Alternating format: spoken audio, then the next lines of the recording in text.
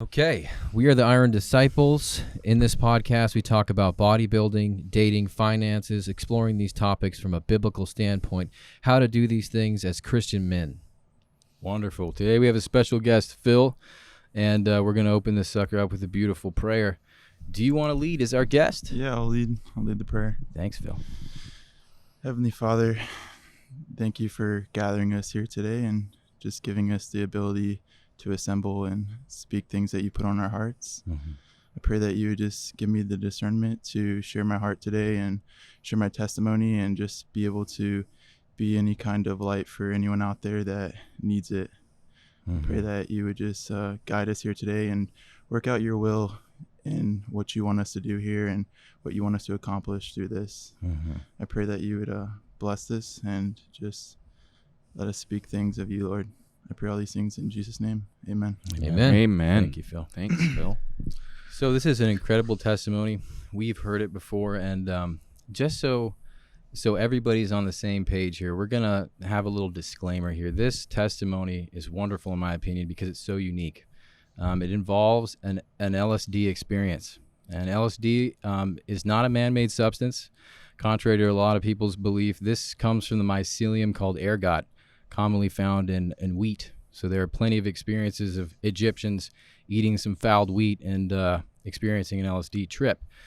So the conventions in church usually frown upon these kind of things. And it's an unfortunate event because it is made by God, and it may have purposes beyond what we think or the dogma in our society. So we want people to at least listen. If you don't think if you don't agree with what I just said, that's fine. But make sure your comments are supportive. Make sure that you're appreciating Phil's testimony, and because we've seen the fruits in this too. So make sure you have that in your heart. Have an open heart for this, and seek maybe to have an open mind too. So with that, we are going to have a future podcast where we talk about drugs in general, and that will also encompass our liberties in Christ, the different drugs that exist and what may or may not be acceptable for a Christian to do. So with that, we can begin. All right. Hey, Phil. Hey, Phil, let's give a background. He's one of the original Iron Disciples, right? Sure. Yeah. When I first started coming here, it was just me, John, and Joe. Yep. And I met John through selling a Theragun in prayer. On Facebook Marketplace, right? Yes, sir. I was just was praying about selling a Theragun, and I took the lowest offer. This guy was willing to meet me. I was kind of like, I'll lose $25-$30, just so that I don't have to inconvenience myself, So met me at church. We ended up talking for 30 minutes, and Mm-hmm. I was like, dude, this guy's pretty cool. And he works out. He's really knowledgeable. I was like, let me get your Instagram. We should work out sometime. Yeah. And then we went to the gym, and like the following week, he invited me over to the gym. And when I walked in there, he put a hand on me, and he just opened in prayer. And like the middle of the gym, everyone's looking at us. I was like, this is different. No one does this. So then we worked out. We had a good session. I don't believe we trained together. We might have done one exercise together. And then I was like, all right, I'm going to head out. And he's like, all right. And he's like, let me pray for you. He prays for me again. I was like, I like this guy. He was really open to it too. Yeah. I've asked that for plenty of people, and they're like, okay, maybe later. Yeah. I didn't really care about the judgment. People are always judging in the gym regardless. So just kind of accept it. And Phil, he makes us look small. He actually competes in bodybuilding. Yeah. I don't. That's why I didn't work out with him. No, I'm kidding. You have in the past, though, right? I competed one time. One time? Yeah. I'll get into that. That's something Yeah. I might take back up here soon, but I kind of gave that up for a little bit. But yeah, so all that led up to the next time he texted me was like maybe 2 days later. Well, we actually text on the way back from the gym that training day. Yeah. And you're like, I had said that my brother and I do something. Yeah, and you you're like, invited when me is over. that? That was the following day. I think it was like That's Wednesday. I thought it was like the next day or maybe the day after. You were Yep. like, hey man, we do a Bible study at my house. And I was like, yeah. And he's like, it's with my family. So I was like thinking it was like your whole family. And I get there and it's just you and your brother. And I was like, a clone of him. Yeah. I was like, it's like, oh, hey. So the first day I come over there, they're they're just showing me, not even showing me, they were just took me outside, we were talking, kind of sharing with each other, getting to know each other, and they started telling me the story of Job. And they're like, you ever heard this story? I was like, dude, I've like heard like parts of it, you know, like throughout time, like, because I didn't grow up going to church. I just kind of went to Christian like summer camp, and I did that for like 2 or 3 years, but I was a kid. Right. Outside of that, I didn't really have any biblical knowledge besides like Noah's Ark and Adam and Eve, maybe some other things like Samson, and just like some stories that you just kind of hear throughout going through life. Right. So all that, and then after that, I brought my Bible, and he flipped through my Bible, saw I was reading through just from Genesis, and he's like, man, are you okay with me changing the place marker? I was like, go ahead. So he put the place marker in John. He's like, I want you to read this. Next time we meet, we'll talk about it. So I'll save that for our story, for part of my testimony, actually. So yeah, he's one of the original OGs, man. Yeah. So and he was like Joe and I were blown away at the earnestness and the desire to learn. Like I remember looking, because you run into people and you don't know what to expect. You know, some people are just like, this is cool, you know, and then that might burn out after a day or two or a week or two. Yeah. And Phil just was like, he's ready to go. He's ready to dig. He brought his shovel, and he's like, let's get dirty. The part too is like, these guys are so loving and accepting. I've never met like people like that, you know. I've met John one time, and then I work out with him. He's like praying over me and just really loving, caring. And then I come to his house. Both his brothers are loving and trying to teach me and fill me with fruits, you know. And then John's like, hey man, I gotta go to the gym. You can hang out here with my brother if you want. I'm like, I don't even really know this guy, and I hardly know you, but I'm like, all right. So he goes to the gym, and he comes back an hour. We're just laid out on the massage table. Yeah, Joe and Phil, I was like, you're still here, Phil? Yeah. All right. We were doing some gua sha, was a massage technique, and then we were doing a little bit of deep tissue massaging and just myofascial release. And he comes back, and we're just sitting there massaging, and he's like, so you guys are best friends now. And then John has to compete to get me back. No, I was just super happy. I was like, this is cool. Yeah I was super excited to see that. You know, we had been praying for good friends, and we heard Shannon talk about that too. You know, and finding people that are like-minded, that share the same passions as you, that are also passionate about Christ, is so special. Yeah We saw that in you. Yeah, and I see that you guys are all my brothers. And at first, I mean, when Mike came along, well, at first it was Paul. And at first we were meeting every week, and this group wasn't even formed yet. We weren't even the Iron Disciples. We were just 3 Musketeers. And then they invited Paul, and they're like, hey, there's a friend of ours, and he came, and then he didn't come, then he came, and then he didn't come, then he came. I was like, all right, this guy can come around when he can. Then Mike came, and he was just there full time. I was like, how about this guy? He's taking away from my fruit, you know. He's my one-on-one time. And then next thing I know, you brought your friend. I'm like, it just kept growing. And then I was like, and then when it started really growing, I was like, I like all these guys. They all have different things to add, and everyone has something different to bring to the table. It brings a lot more discussion. We end up hanging out a lot longer, a lot more fellowship, and I was like more accepting, where at first it was like maybe I was being a little bit greedy. I kind of love my time with them, especially when I only get it. At the time it was every week, but then we end up moving to every other week, so that kind of sucks. But there's definitely a different dynamic between the really small, tight-knit group. Truly. And then when you expand to 15, 20 people, changes everything. Yeah, it does. You gotta fight for your time now. Yeah. It's so amazing, because like I look at the way God works, and giving that time to Phil, because he was just growing. You know, he I remember when I had first met him, I pulled up in my truck to pick up this Theragun from him.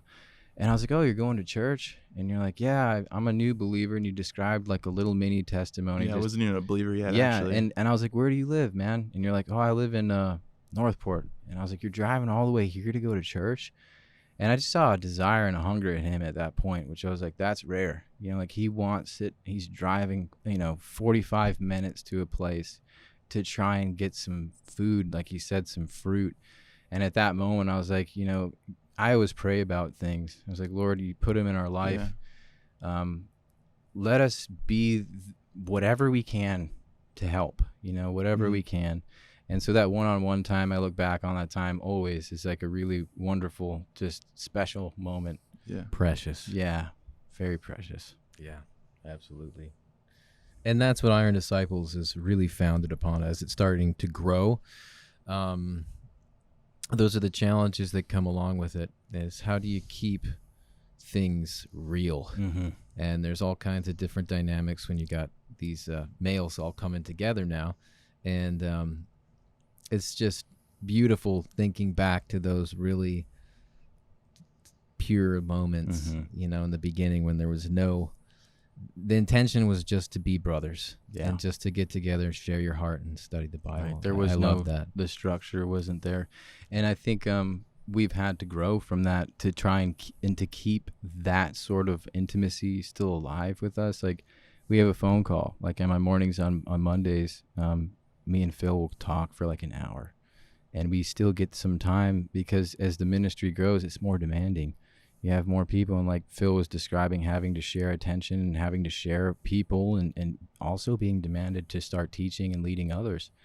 And so that we've had to adapt, you know, and do phone calls, do other things to keep those coals stoked, the intimacy, you know, of sharing the details of our lives. That'll be another podcast, is how to grow. How to grow. How to grow properly. Yeah. So hearkening back to you coming over and us being outside at the round table in the Florida hot sun, with our shirts off, and getting a little bit of vitamin D together. Yeah. And we asked you how did this start out? Yeah. How did you Yeah, you went right into it. It was beautiful. Yeah. I loved it.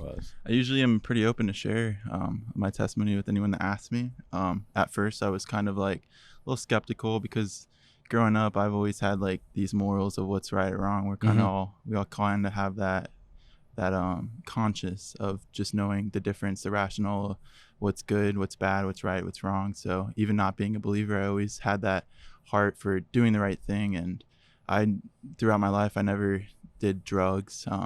The first drug I ever did was I was smoking weed, probably like a little bit towards the beginning of my senior year, but I'll get into that as part of my testimony. It's late, man. Yeah. I smoked my first joint when I was 8 years old.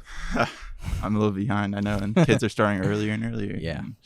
It's not crazy. a good thing. It's Wait not. till you're after 25. Yeah. Let your brain develop. So I got to the point where I ended up taking LSD, and when I did that, I was kind of like, I don't want anyone to know this. I don't want anyone to know this. I don't want my mom to know. I don't want my friends to know, because I was like, might get judged, you know, because I knew how I felt about it, and I knew like I always had not a negative view on it. I just always heard bad things about it. Sure. You know, Yeah, and that weighs in your mind, right? It's like, yeah. is So this bad, or then is you're it doing good? something bad, and you don't have anyone to guide you on what, hey, this isn't something you should be ashamed of. It's a you know? taboo. Yeah. Yeah, and there's a lot of different things like that where people try to make you ashamed of something you shouldn't be ashamed of. Yeah. All throughout school, you got those kids. So Yeah.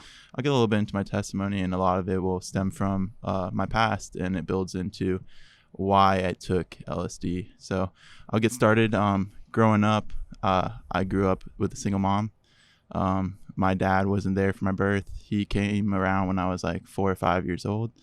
And when he came back into my life, he was only around for about 2-3 years. And then him and my mom always had like How old were you when he came back in your life? When he came back in my life? Yeah, for those 2-3 years. I was probably 4 or 5. Wow. Something like that. Really early on. Yeah, so he only came back for a few years, and then him and my mom kind of like, they weren't back together, but they were kind of like hashing things out a little bit. And then he ended up leaving again. He realized like why he left her in the first place, kind of thing. Right? So he ended up leaving again, and then he kind of wanted to be part of our life, but I feel like with a lot of broken families nowadays, people can't put past bitterness. People can't put past what they went through with that person and end up ruining their kids' lives because of it. You know, instead of looking for your kid's best interest and what's the best thing we can do for these kids, because I don't believe anyone should grow up without a father. I don't believe anyone should grow up without a mother. They're designed, they're put there for a reason. And I had that stripped away from me because two people couldn't get over their differences, their problems, their immaturities. And it just took a toll on me growing up. And I feel a lot of kids go through that. And I felt that too. Joe and I are right there with you. Yeah. Yeah. So there was that aspect. So I'll just continue with this. So yeah, he came back around when I was about 13, 14.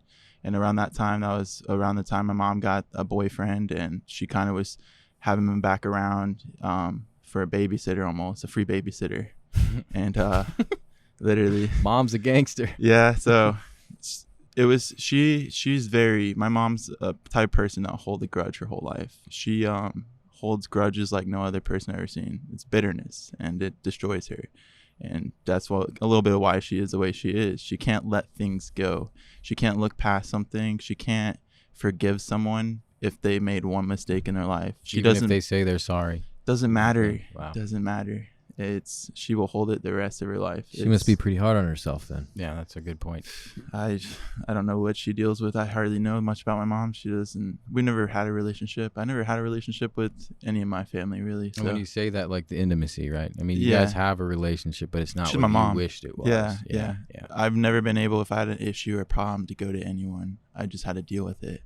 If I had something I was dealing with, is more bottle that up and figure your way out to deal with it. Never like, hey, Mom, let's talk. Yeah, and even now when I have problems, it's like the best thing I can do, if I do it, is go to a brother. But some things I still deal with on my own, because sometimes your brothers are busy, and then you get home and you're like, I was always like fearful of judgment from my mom because we never had that intimate relationship. So I feel embarrassed, insecure about sharing things with her for no reason. And it's because of the way. There is a reason, right? Yeah. It's because of the past and who you grew to know her to be. If she's holding grudges, would she hold one against you? Yeah. You know, the fear of that. Yeah, and there's also that discipline that parents always, instead of looking at a kid sharing a problem with you or sharing an issue with you, you discipline them for it. Instead of seeing the good and the bad, they're bringing an issue forward, and you can deal with it a certain way. And the way you deal with it is the way that kid's going to deal with his future issues. They're teaching him. Hey, Mom, I did this, and then she smacks you across the face or whatever it is, like harsh discipline. Then they're like,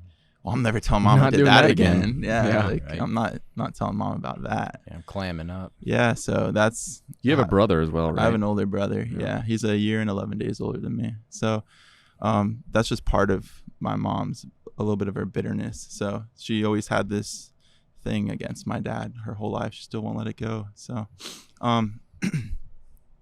so that being said, where is that at? You're kind of talking about your family dynamic and how that kind of influenced you, how you're holding things, you know, and leading up to your testimony, how that shaped you. Maybe not sharing the fact that you were thinking about taking LSD or took LSD with the people that were closest to you, and being a really loving person, right? You know, and not having a place to share, you know, intimacy, not having those outlets in your parents because you're afraid of judgment. Yeah. So, like I was saying, my dad came back in the picture from 14 to around 16, and my relationship with.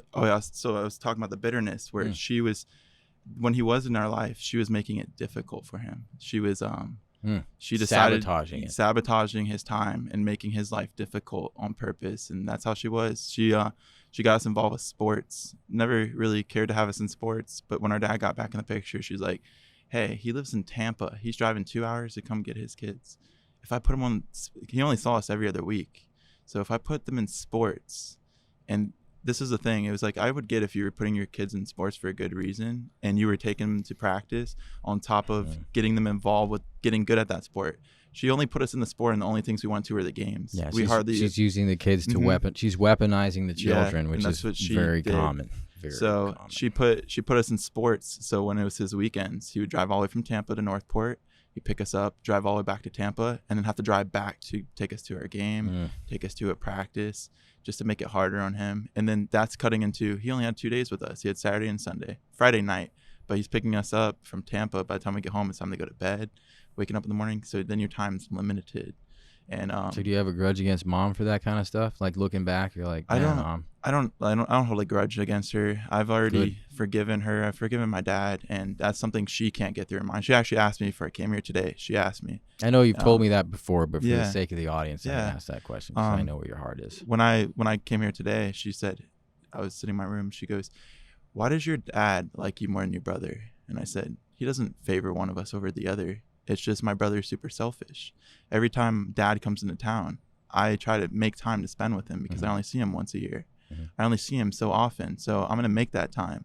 and he gives us a heads up. But Nick over here is selfish. What can I get out of this? So when it comes to, hey, I'll hang out with you guys Thursday, and then he bails because I'm busy, always busy. So that it hurts his feelings, and that hurts his wife's feelings, especially when they're spending this money to come down and visit us, spending this money to spend time with us. Yeah, so your brother's sending a message at that point. It's not favoritism. It's being let down and not investing that love. And the lifestyle my brother's living is a hard lifestyle to accept and to love him, because you're setting yourself up for heartbreak. You're setting yourself up to be let down constantly. It's not, I get if someone lets you down once or twice, but when it's constant, those are the people that are going to continue to just let you down. And if you don't let them go, they're going to continue to hurt you. A lot of times the most hurt people, they end up reacting to love that way. Yeah. Yeah. There's a lot of fear in the background usually. So that's a little bit of my mom's bitterness. Another part of my mom's bitterness is like just another part of the grudge that she holds is my name, for example. My name is Philip Arthur Eddy. My first name, Philip, is my mom's first husband's name.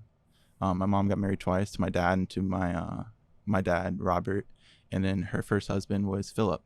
So she got married twice. And she gave me the name Philip to spite my dad. Gosh, wow, dude. Wow. And my middle name's Arthur. My grandfather's name was Arthur. On your mom's side? Yeah.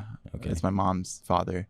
And he hated my dad with a passion. So my name weaponizing the kids. Again, yes. And then this is the part that hits home is my last name's Eddy, which is my dad's last name. My mom's last name isn't Eddy, it's Zangara. So she kind of just used my name as a way to spite my dad. And then on the birth certificate, no father. If you look at my birth certificate, it's just my mom's name. And then father, it's just empty. It's blank. So growing up, she would weaponize my dad against us. She would always call us like a bastard, this or that, So she kind of, and it's like, you're like, man, you look up the definition of bastard and you're like, fatherless, And that's right. Then you're like, it's my fault. My dad left me because of me. But you're like, wait, when you grow up, you realize he didn't leave me. He left you. And you've been using that against me my whole life. And on top what age did that start to come together for you? What? Being called a bastard? No. When you take the pieces, your mom, and she destroyed relationship. You're picking up the pieces of this relationship that your dad tried. I would say around 16 or 17, I really got to the point of really lashing out at my mom. I was always respectful to her. I would never curse at my mom, never raise my voice. I was always a respectful kid, I mean, I got reprimanded for doing wrong things, but I always had a respect for my mom. That respect kind of left when I got to the point of my brother getting away with disrespecting her and seeing that all the time. And then seeing that I would get in trouble for things that, like a Cinderella complex thing going on. My mom favored my brother. Part of that had to do with my dad being able to see us every other week. She was happy your brother was kind of reacting. He was a mama's boy. Okay. I was always, my dad was my soulmate. So it's like my best friend. That was a beautiful heart right there. So I would get to see my dad every other week, and it was limited. So when I came back home, when he would drop me off, I'd go in my room and I'd cry. And my mom, instead of seeing like how hurt I was, she was like, wow, he doesn't love me. He's always crying when he comes back from his dad. He doesn't love me as much as he loves his dad. He doesn't cry about me. I see you all the time, and I hardly get to see my dad. She couldn't see I was going through this pain because of her. And I would always tell her growing up, like, I still love her, I still care about my brother. I care about my family. But that's so wonderful that means that the enemy didn't get to work that spite and bitterness and all that stuff. There was some spite throughout my life too, though, because there's a lot of things that I always wanted a family growing up. I told my mom that when I was like 16. I'm like, we don't even have a family. You cut out every single one of your cousins, you cut out every single one of your sisters, your brothers, your mom, you cut every single person out of your life. We have no one. We just have you, or I have you and my brother, and I hardly have you guys because you guys both turn your backs on me and abandon me all the time. So you have this really deep desire for intimacy and connection. Yeah, and I was always a loving kid, and when you're kind of getting rejected by everyone that you care about and betrayed by everyone you care about, family setting of two people. Yeah, so you kind of, like, So then you grow up and you're like, man, my dad left me, so he doesn't love me. My mom's never around because she's always working. She doesn't love me. You never have a source of love. And then the only person left is the person that you thought your best friend, your brother, just always beating the crap out of you and showing you no kind of love, and always just being like spiteful. And he got bullied, you know, so I forgave him, and I forgave him a while ago, especially finding out a lot of stuff he's experienced too, you know. So we both have traumas, but it was just the fact that your best friend makes it harder on your life. You want a good brother like I got with Joe, you know, well, somebody to lift you we up. had the choice. We had the choice to go live with our dad or our mom. And like I said, I was a daddy's boy. My brother was a mama's boy. My brother clinged to my mom. I didn't cling to my dad, but I love the time we spent together because he always made it fun. It's like the fun house versus the work house, and every kid's going to pick that fun house, you know, because you always get to do stuff. Sure. And then mom over here is making you do homework. And then on top of making you do homework, you never do anything fun on the weekends because mom's tired, you know. Sure. And I don't blame her, but single moms got it rough. Yeah, they do. So that's part of it. So she gave us a choice. She's like, hey, you can live with me or you can live with dad. How old were you guys when she told you that? I was about, I believe, 12 years old, 13. The second time my dad came back in our life. And she was pretty serious about that. She was. They had a war. They had a war of trying to buy our love. They had a war of, hey, she had this really. I told you she got that boyfriend. He was rich, so he's buying us. He's trying to buy you guys off. Buy us dirt bikes, buy us video games, buy us all these things. It's a lot, you know. And then my dad's like trying to compete, and he's like, man, I don't got as much money as this guy. I can't really compete. And I would still choose my dad, you know. But the one thing that I chose over my dad was my brother. I wanted to be with my brother, you know. I didn't want to be separated from my brother. And then, so that was in the back of your mind when your mom's like, because you knew your brother. I already knew my brother was choosing my mom, right, you know. And I was like, man, it's either my dad or my brother. And I'm like, that's a hard best friend. For a 12-year-old to think about, dude. Yeah. So I ended up going with my brother, you know. And then looking back on it, I was like, man, that's the worst decision I made.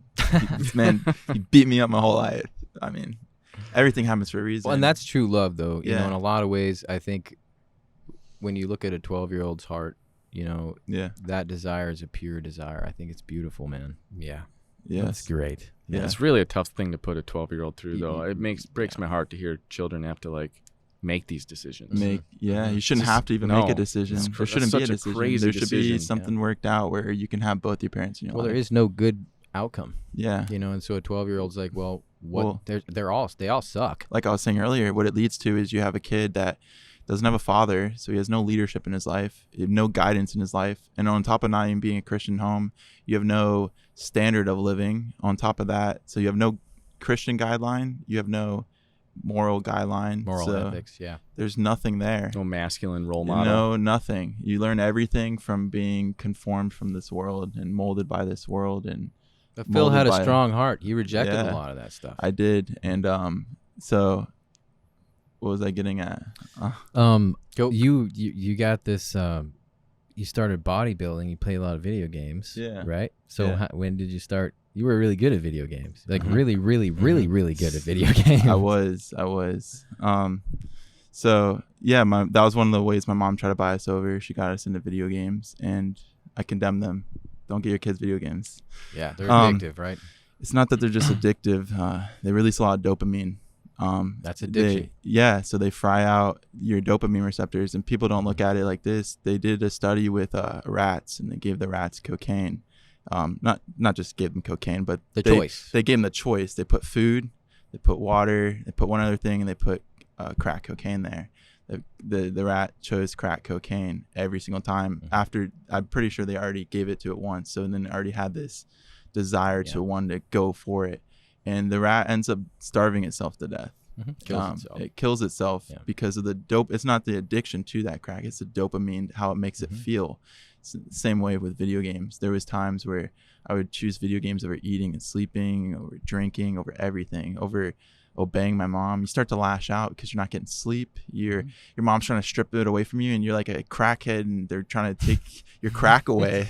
No kidding. That's literally what it is. Yeah, you're That's sleep what deprived. I see it all the time. Yeah. When I was working at Roost Chris, I see these families spending thousands of dollars to come in and have a family moment, and these kids can't even get off their phone. Their dad or mom try to reprimand them, hey, get off your phone while you're at dinner. They throw the biggest fit. And the tablet culture. Yeah, and tablet you're kids. seeing these kids starting to run the families now, and the parents can't even say anything because their kid's gonna lash out and embarrass them in front of everyone. Yeah. So yeah, that was one of her ways to try to buy us over, got us into video games, got addicted to playing video games. And you were good. I mean, it's important to point out how good you were. How good were you, Phil? There was a point where MW3 just came out. I was staying at home over summer, and I was just grinding. I was third. For the non-nerds out there, that's Call of Duty, right? Yeah, Modern Warfare. Call of Duty Modern Warfare 3. And Call of Duty Modern Warfare 3 was the first Call of Duty, I believe. I didn't play Call of Duty, the original one, but I started on MW2, Modern Warfare 2. And when Modern Warfare 3 came out, I was like, I'm going to grind and get on the leaderboard, you know?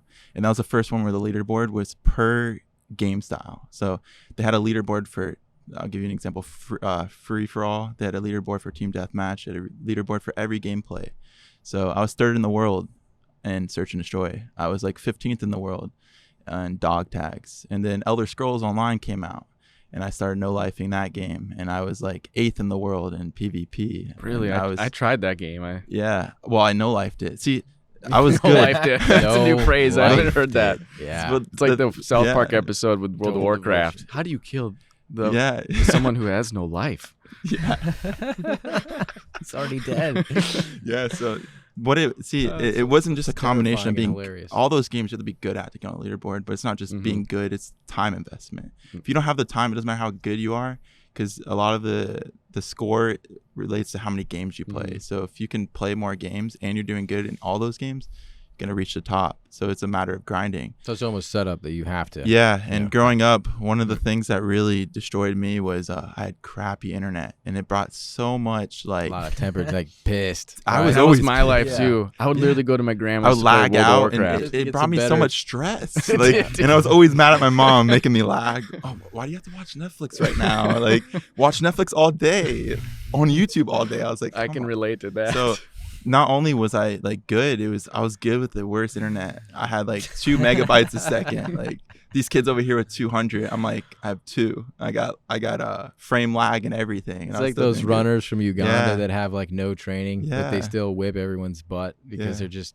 great at what they do. Yeah, and that's how it was. And then Apex came out, and it had been out for a year. My friend showed me. I didn't really like it. And then when I got into it, I was like, man, I'm pretty good at this game. I got a whole PC set up to play it, and I was like really good at it. And I was playing against like the top 100 people on there, and I was playing solo, and I was versing like number 1 in the world, number 5 in the world, number 8 in the world on the same team.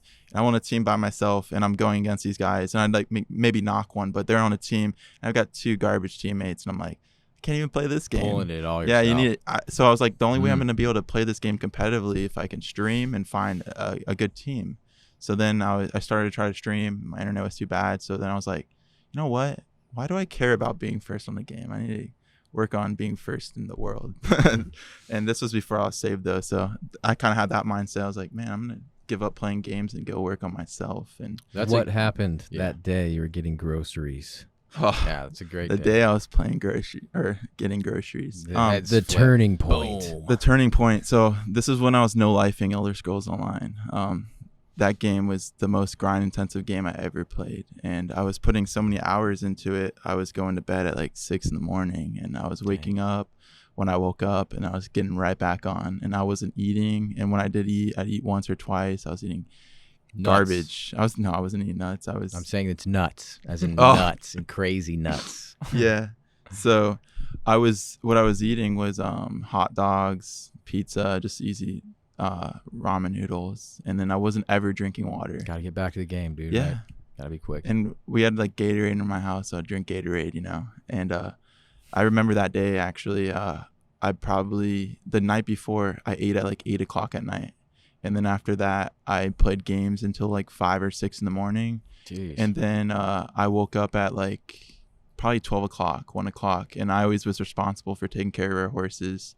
So I got up, I went and took care of the horses. I came back and I hopped right on games. Didn't even eat, didn't drink.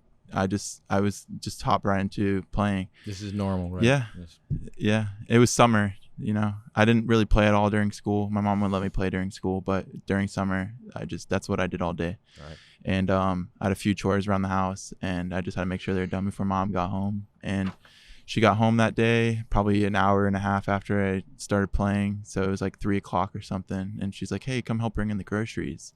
So I was this scrawny little kid, not eating, just playing games all day. I'd go and get some groceries, and I walk out in the garage, and I just passed out. I got up too quickly or whatever. I was lightheaded. I had no water, no fuel. My body just shut down. I smashed my face on the ground. God. Busted my chin open, started That's bleeding. a wake-up call, man. Yeah. God.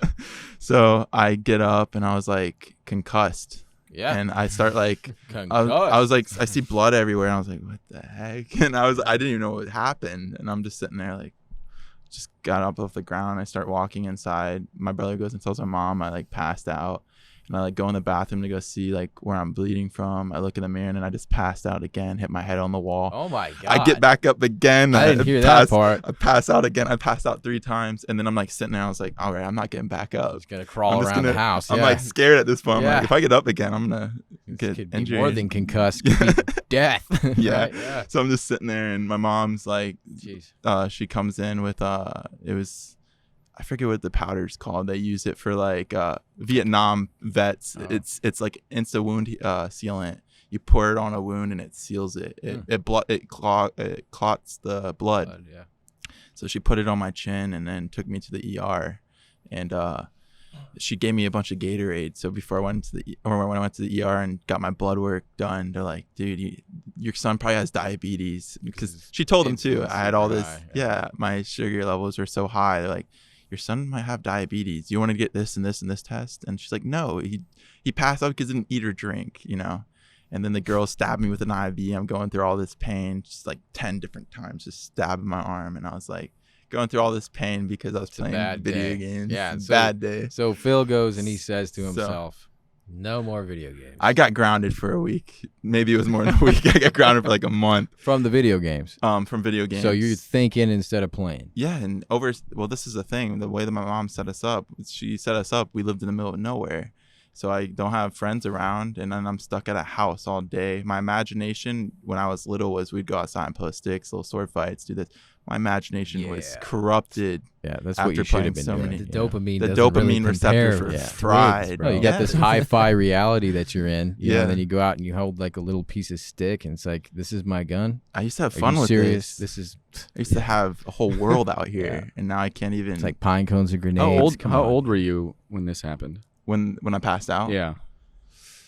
I want to say 15 or 16. Okay. That's early on. Yeah, I think I was 16. I don't mean to say it's early on to pass out, but it's early on to 16. have that epiphany about, addiction and how to spend your time. Yeah, so it was 16. It was my sophomore year of high school. And then I decided, I was like, man, I can't play games. I can't really do anything. So what I did was I had a bike that I had from when I was little. I hardly used it. Pumped up those tires. I'm like, I'm going to go to the gym. Yeah, it's a great decision. I started biking that summer. Every single day I'd bike all the way to the gym. It was about 6 miles or 7 miles each way, and I biked every day to the gym. And nice. I just started grinding, and then I came back junior year, and everyone that knew this scrawny little twig kid, he had some muscles now. And then that's where like some of my insecurities came from too. I go back to school. This kid went from being a twig to having, like, I was still small looking back, but all these kids accusing me of being on steroids. I'm just like, what are these kids? I don't even know what this is. First of all, Haters gonna hate. Yeah. Peds, hate. PEDs. I'm like, right. dude, what's that word mean? It's like, and then they're telling me you're jacked. Yeah, everyone's telling me I'm on this and that, and I'm just like, that's a compliment if they're accusing you of that and you're not using best it. compliment. Yeah. So Indeed.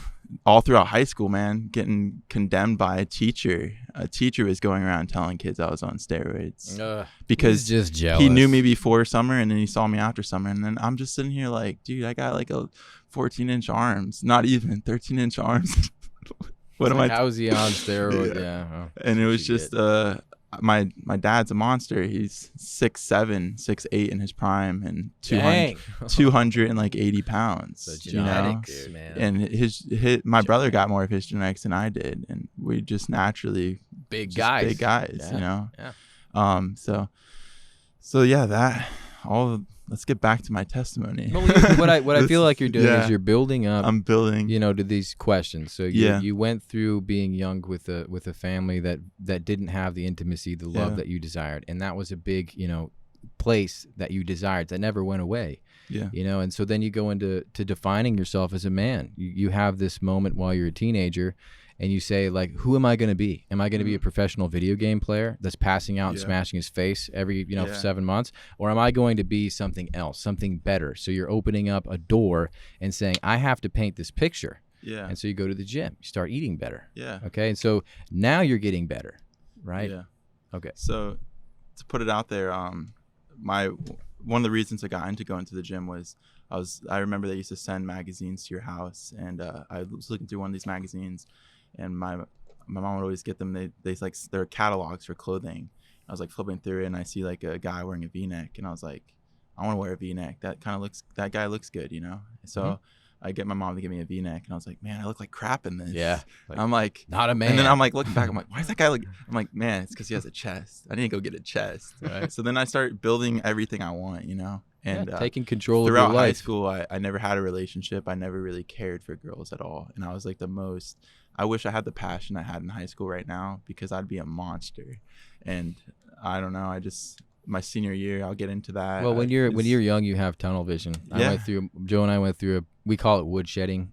Basically, you go into the shed and you basically do one thing over and over and over again. And we had that moment with guitar and all those things. But as you get older, you diversify as a man. You have to be responsible for other people. That time period in your life, it's great when you can actually do something with it, like learn the piano, learn the violin, learn something worthwhile, because it's very rare to get that again in life when you have a family, when you have all these other things that begin to soak up your time, and they're all things that demand more of you. Yeah. So, yeah, that's a good thing. And shedding's awesome. I was grinding. I was no distractions. Didn't really care your for bills women. paid for, Yeah. you're going to do.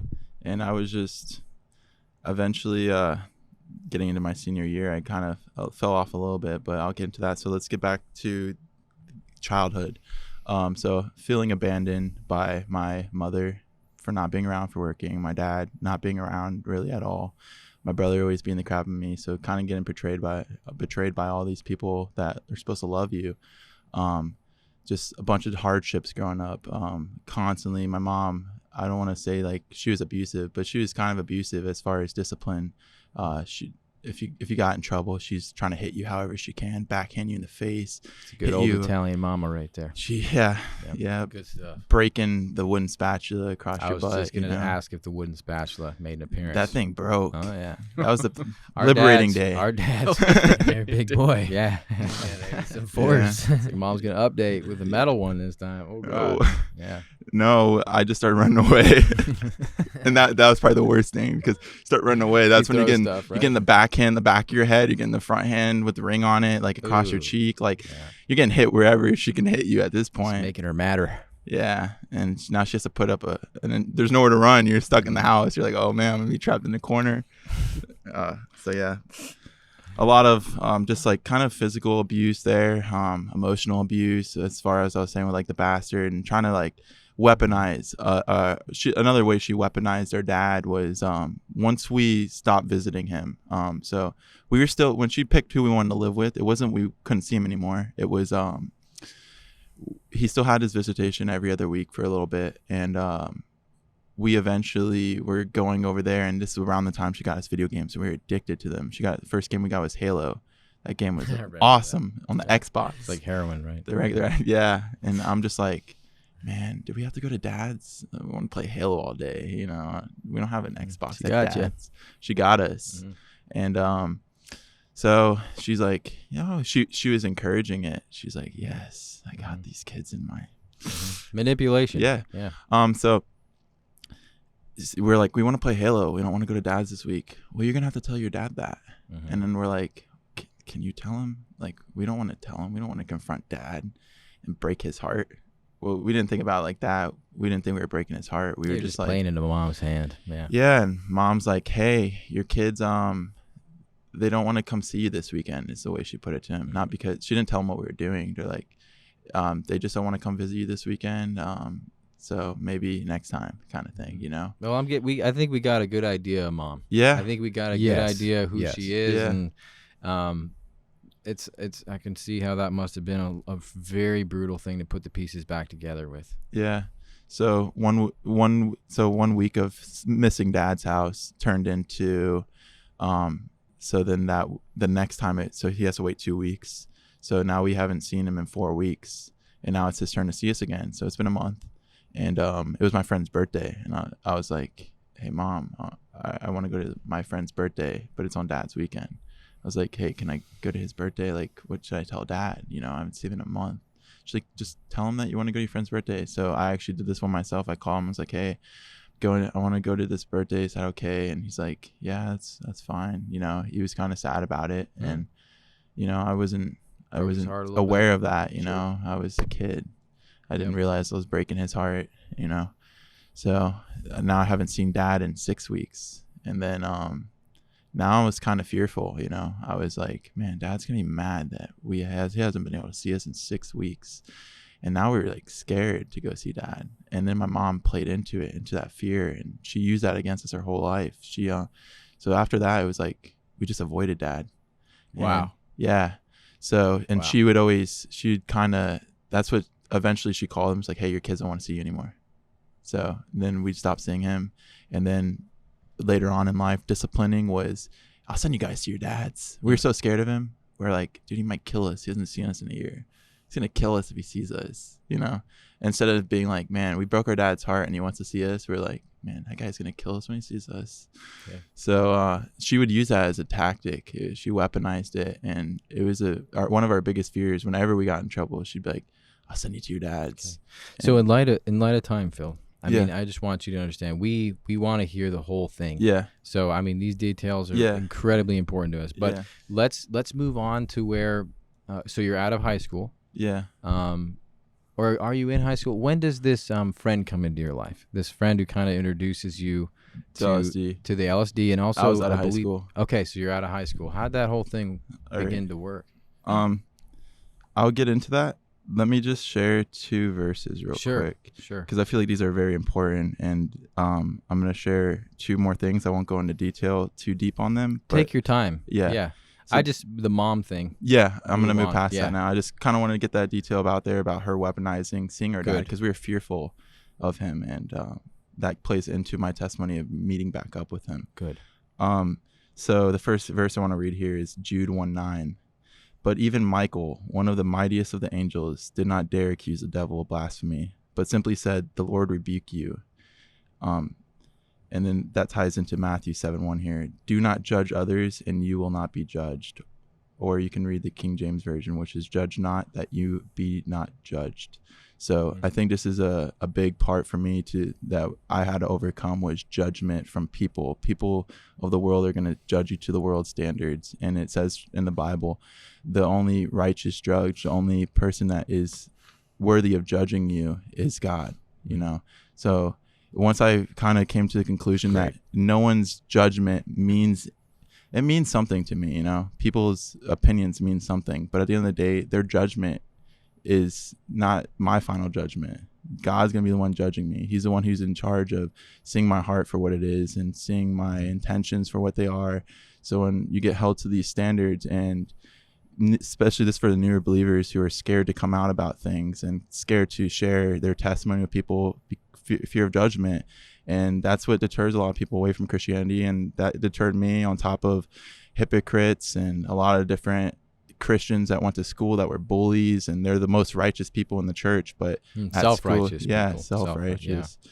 So Not much love there, is there, Phil? there There's was not not. much love. They're ready No. to come in and wag their finger in your face. Barely These- know you. These 2 other verses kind of mean a lot to Been me. there. So this Been there next many one, it's Psalm 27:10, and it is, I'll read the New King James. When my father and my mother forsake me, then the Lord will take care of me. Oh, it's beautiful. It's a very intimate one for me, because I've really felt abandoned. And Well, when when the world If Yeah. the world is able to convince you that you're irreparably damaged, Yeah. or somehow your life had this missing element, then it's the enemy has a foothold in your life. Yeah. And so like a verse like that's like, I didn't have a dad, I didn't Yeah. have a mom, but God's filling in the blank there. Yeah. And this is the last one I want to share, and I feel like this is the one that's gonna lead to me. This is what kind of got me to be more open about my testimony is James 5:16. This is the New Living Translation. Confess your sins to each other and pray for each other so that you may be healed. The earnest prayer of a righteous person has great power and produces wonderful results. So they say the truth will set you free.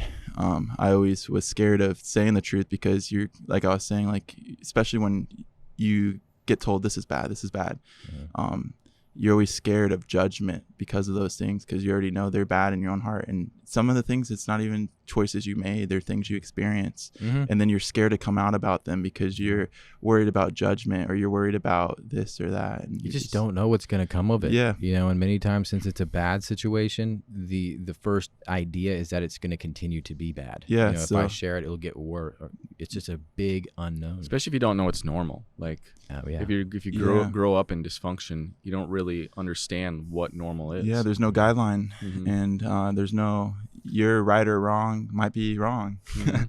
So I just want to share these last two things because they're kind of a big part of what brought insecurity into my life and what brought me to kind of where I was at, and just kind of like going from this loving person who loved and cared for all these people around me, and just being betrayed by them and feeling so alone and feeling like I didn't have anyone, and having this desire for a family, and just being betrayed by family and being betrayed by people.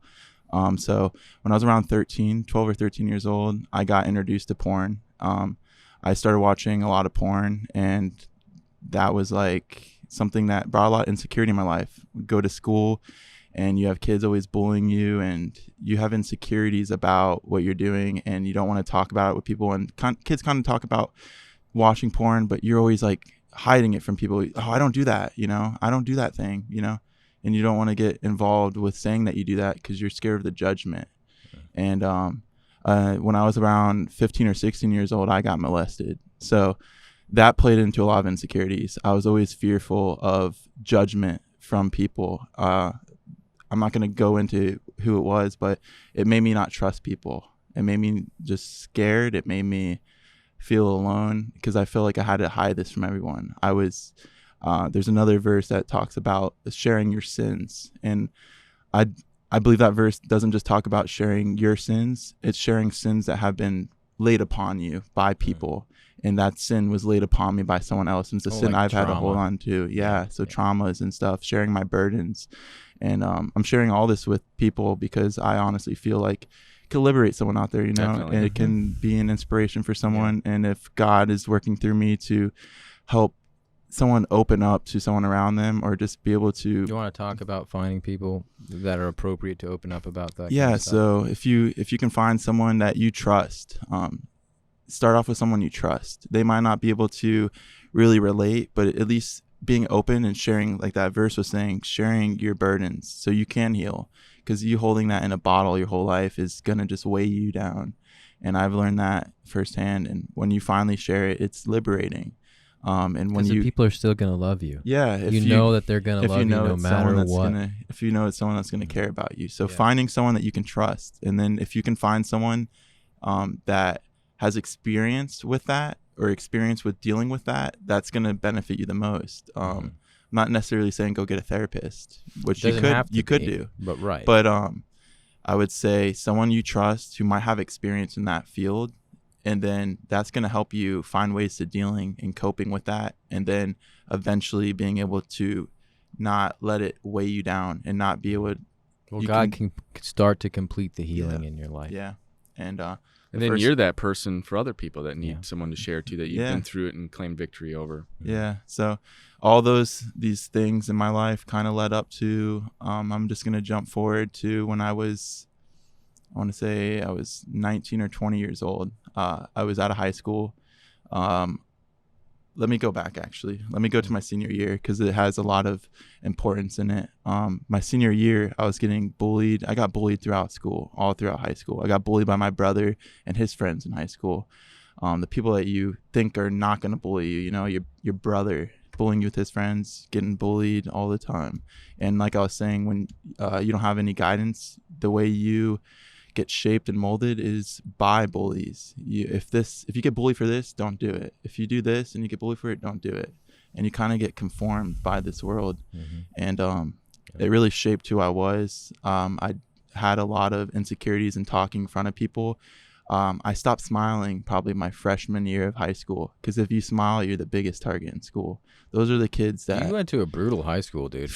Sounds like it's not even a brutal high school. That's the thing. It's just the generations are getting worse. No, I and hear worse, I hear you. That's just surprising. Yes. So it still surprises me. I started just walking around with like a smirk or a frown or whatever. Don't want to be a target.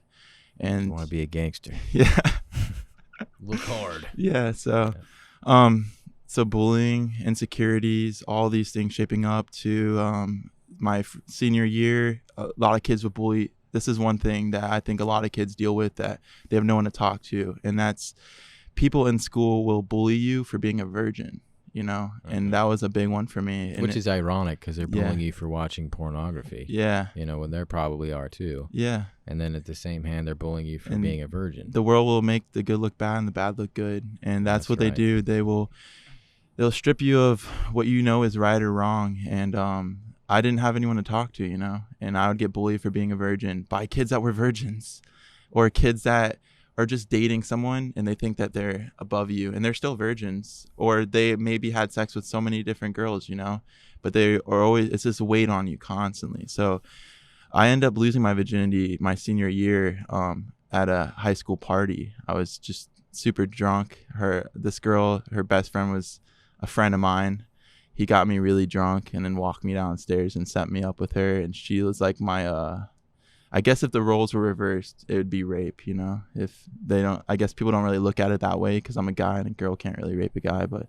Sure. You weren't down for it. You were inebriated. Not in your right mind. I wasn't in my right mind, and I wouldn't say 100% I wasn't down for it. If I was sober minded, I probably wouldn't have been down for it, but at the time, with the bullying and people I just wanted to get this weight off my chest of just being a virgin and getting bullied about it. I was like, do you want to get this out, So this girl was like, hey, you want to go back to your house? And I was like, sure. So I was like leaning on her, and we walked from that house. I have 8 acres. So we walked from that house to my house, and I just was using her as a crutch.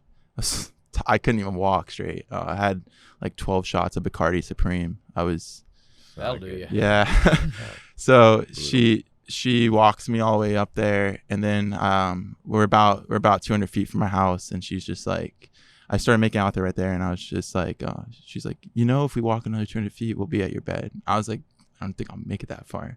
So she ends up getting me there, and I ended up having sex with this girl, and then she messaged me the next day and wanted to keep hooking up, and I told her, I was like, I don't just want to hook up. Like, I already had that moral of wanting a family. Yeah. Okay. So I said to her, like, I want to have a relationship with her. And she wasn't about that. She was like, no, I don't want to do that. Which is rare. Most guys would be like, heck yeah. Yeah. So I ended up denying her. And she kind of got a little bitter about that. And she was continuously trying to hook up with me. And I didn't want to. And then I got to the point of just seeking out a relationship after that point, because I wasn't really interested in women. But now it's like, I want a relationship, I want this.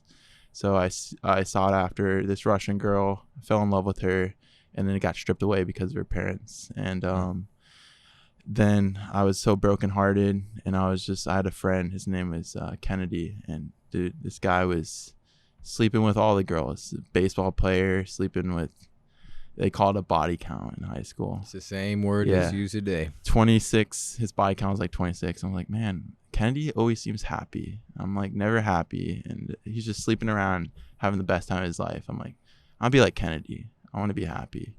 So I was like, I'm just going to go sleep around with girls. So that's when I started just like trying to hit up girls and trying to just sleep around. Be a player. Yeah. So I ended up getting stalked hard by this girl. She added me on Instagram. She added me on Facebook. No, this is a different girl. Added me on Snapchat, and I didn't think anything of it. I added her back, and I was like, all right, I don't really care for this girl.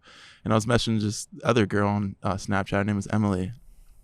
So I talked to this girl Emily for like a day, and then next thing I know, You don't have to name names, by the way. Yeah, You yeah, don't yeah. have to. It's not. He dated Emily, so I think that's why. It's all There's good. so many different I'm just Emilys. letting Is that you the know. one that you This dated? is not even the one I dated. Oh, okay. That's why I thought he was naming her. That No. clears that up. Okay, so again, like what you Yeah. Hey, said, it could be. Who Yeah. knows? Yeah. I Yeah. thought he was naming her because that was your ex-girlfriend. Yeah. so, All right? good. All right. Yeah, so The name is just a name. it was just part of the story. So I was talking Some girl. some girl. I was talking to this girl. She, they already know the name.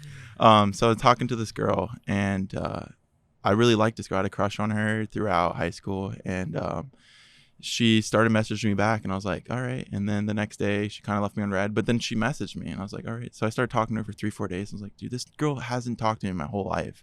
Now she's finally noticing me. So I was putting in that effort to talk to her. Then she sent me a Snapchat, and I was like, wait, that's not Emily. Oh. And I was like, hey, Getting catfished.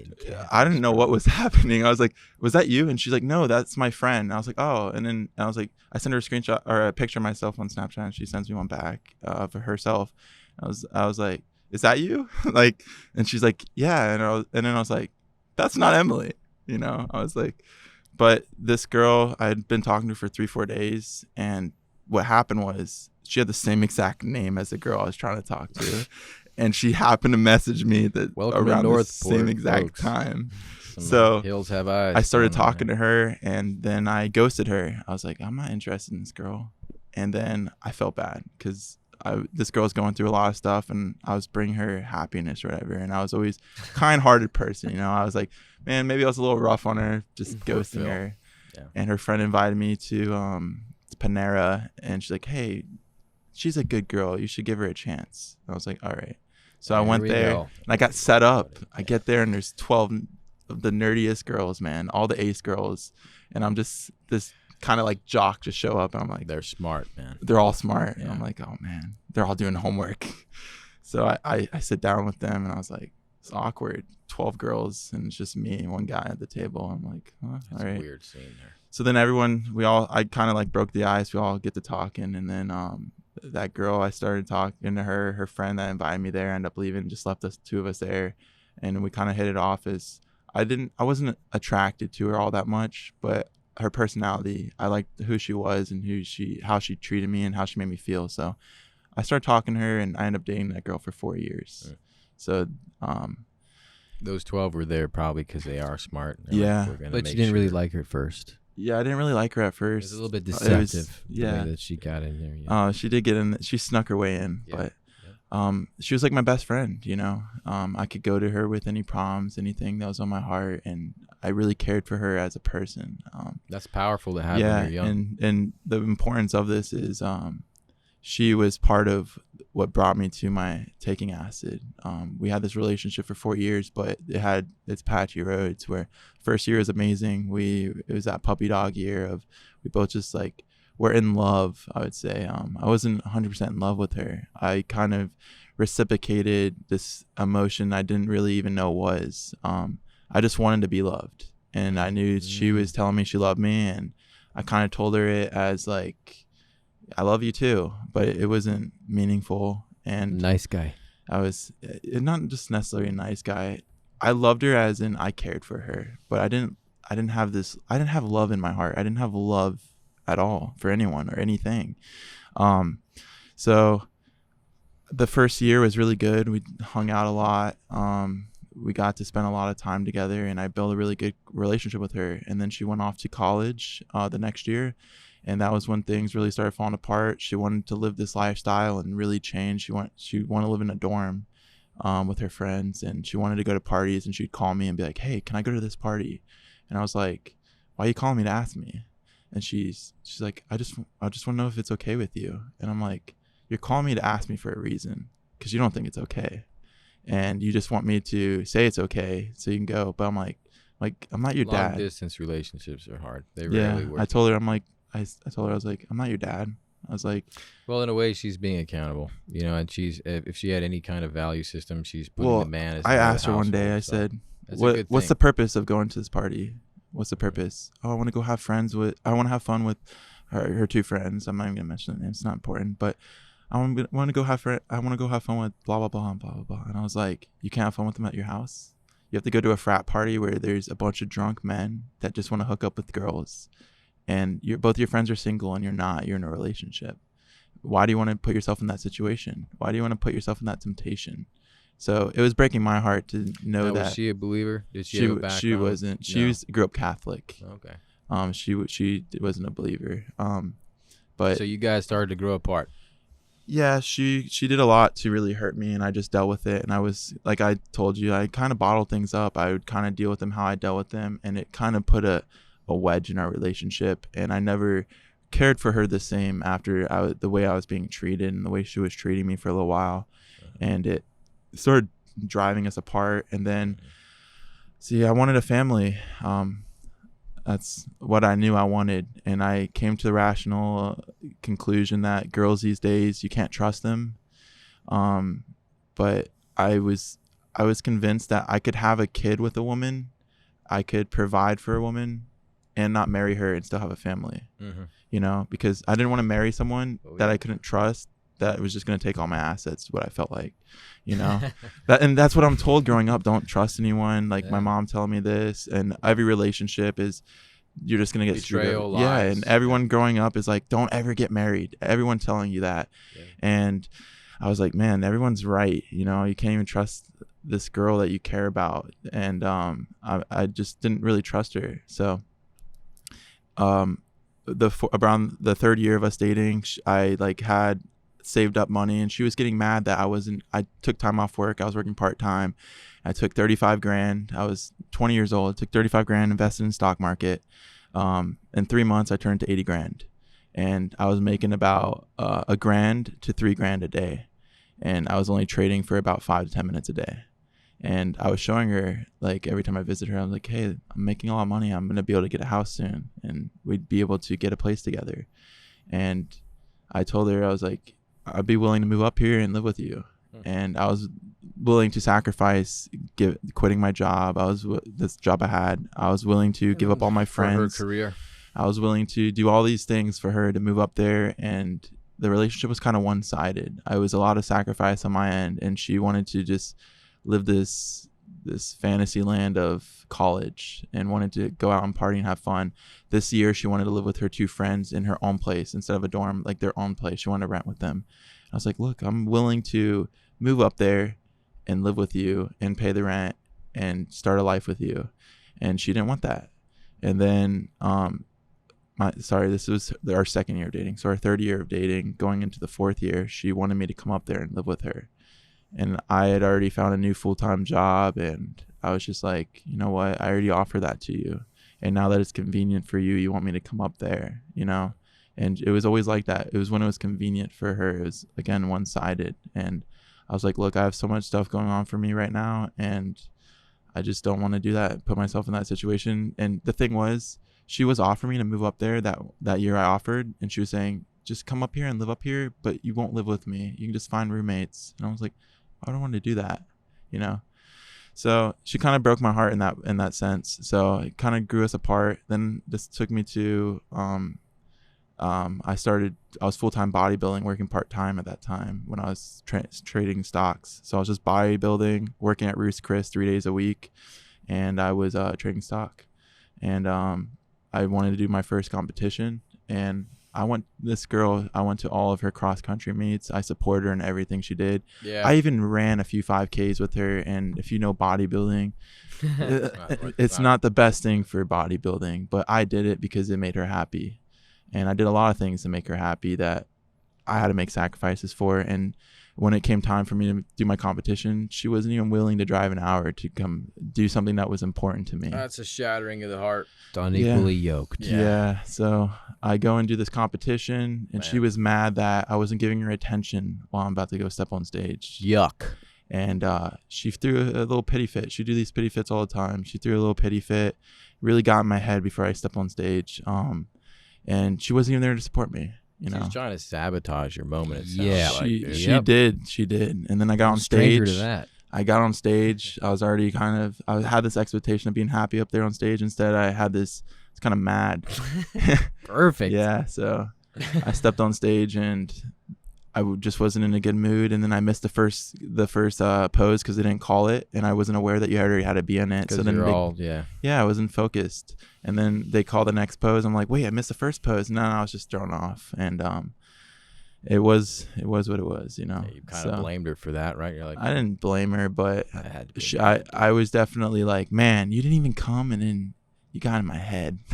So I told it kind of like finally drew me to that point, because I already was thinking about breaking up for her for a while, but I actually didn't because of her. Mm-hmm. And you had a decent sense of loyalty and commitment with the way you went with the 5Ks. You know, well, the thing was, she had really bad anxiety. And she had a lot of different kind of, I would say, problems that if I broke up with her, I wanted to break up with her 3 years in. And I couldn't do it. I was like, if I break up with this girl, she has these. Being the nice guy. Yeah. Guilt tripping. Yeah, she had scholarships, and she was going to one of the hardest schools, UF, in the nursing program, when the acceptance rate is like 40%. So she had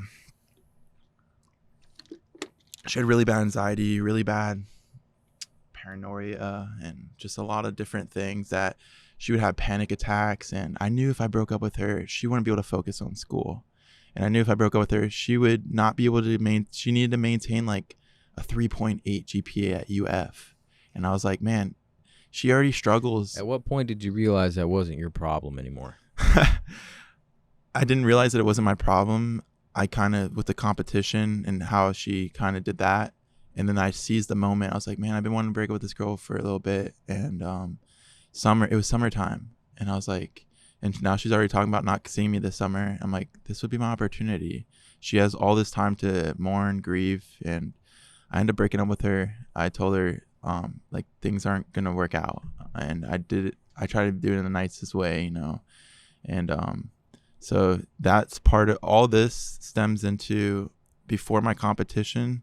So this all ties into itself. So that happened, and then I was trading stocks. I had about 80 grand saved. My goal was to get a house so that I can have a family. And that was in my mind, because I had no one really speaking to me about, I have this mind of, you need to be perfect and you need to have everything set up so you can have a family, instead of just finding the person I'm going to be in love with and building a life with them. I wanted to build something so I can have a foundation. Well, that's not a bad idea. Yeah. And well, what happened was I was trading stocks. I invested in this company, and it went up to like 100 grand, and I got greedy. I was like, man, I want a house tomorrow. Instead of just doing this little slow gain I was doing, I was like, I want it tomorrow. And if this goes on a run, I'm going to have 200 grand tomorrow, you know? So I didn't pull out 100K. And the stock crashed. It did a triple halt. And if anyone knows about trading stocks, when it halts, you can't buy or sell. Mm-hmm. So someone that had so many shares sold off, and the price went from $12 to $9. And the second that it unhalted, it rehalted. Did it 3 times. So you could not trade at all. By the time you could, because everyone has what's known as a stop limit. Mm-hmm. So if it hits a certain price, it automatically sells. And because the price dropped so much, it broke so many people's stop limits. Everyone was just selling, and I couldn't buy or sell because I didn't even know what a stop limit was. Yeah. I was so new to trading, and I was just doing what I did know, and I was making money doing it. That was in 2021, right? 2021, yeah. So I went from my portfolio being at 100 grand, and then I'm just sitting there looking at 33 grand again. And I was just like, instead of just taking what I had and taking like a 2 grand loss, because I only looked at it as a 2 grand loss because all that was profit. I was like, I'm going to hold this, you know? And happens to every stock trader. You know what I did? I held that thing for almost a year, and it just got drained till 15 grand. I was like, man, I'm going to take my loss. So I ended up walking away with 15 grand. But hard lesson. So I was getting all this money stripped from me, basically my future of having a family. I felt like I was breaking up with this girl that I've been together with for 4 years. My whole competition hadn't come up yet, but I was preparing for it, and I was going through all these different things and then all these different traumas that I went through growing up, and just really feeling like the world hates me, man. I'm at rock bottom. You're at rock bottom. Once you hit rock bottom, there's only one way, and that's up. You know, I was like, man, there's nothing worse that could really happen here. And I had a buddy come up to me, and he knew I was doing this competition. He knew, like, I started getting really into mind muscle connection. And it's like one of the things that really changed my life when I got into doing mind muscle connection when I was training. And I was putting on so much mass because I was actually using the muscles properly and actually getting engaged with them. And he's like, hey man, I know a way you can unlock mind muscle connection like no other way. And I was like, man, this sounds too good to be true. I was like, because mind muscle connection is something that if anyone that bodybuilds and knows anything about it, it takes time. It's not something you can rush. It's something that takes a lot of focus and a lot of diligence and a lot of discipline. And it takes time. And if you rush it, it actually sets you back.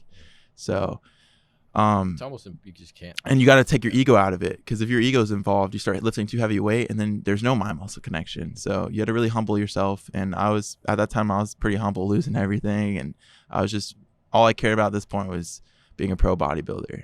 So he comes up to me, he's like, man, I can help you unlock the third part of your brain and help you connect to all those neural pathways and get connection to everything in your body. Sounds mighty cool. I was like, tell me all more. right, I'll hear you out, but I'll hear you out and I'll give you my 2 cents. So he's like, hey man, he's like, I've done it a few times. I took LSD. I went to the gym, the best workout of my life. And I was like, bro, there's no way I'm doing that. I'm not doing that. And he's like, bro, I've done it like 4 times. And he's like, and then I like slept on it, and I really was thinking about it. And then like a few days go by, and I was like, you know what? What's the worst that's going to happen? I'm at rock bottom. I'm going to die. So what? I was at that point. I didn't care. You're just putting it all in black. Yeah.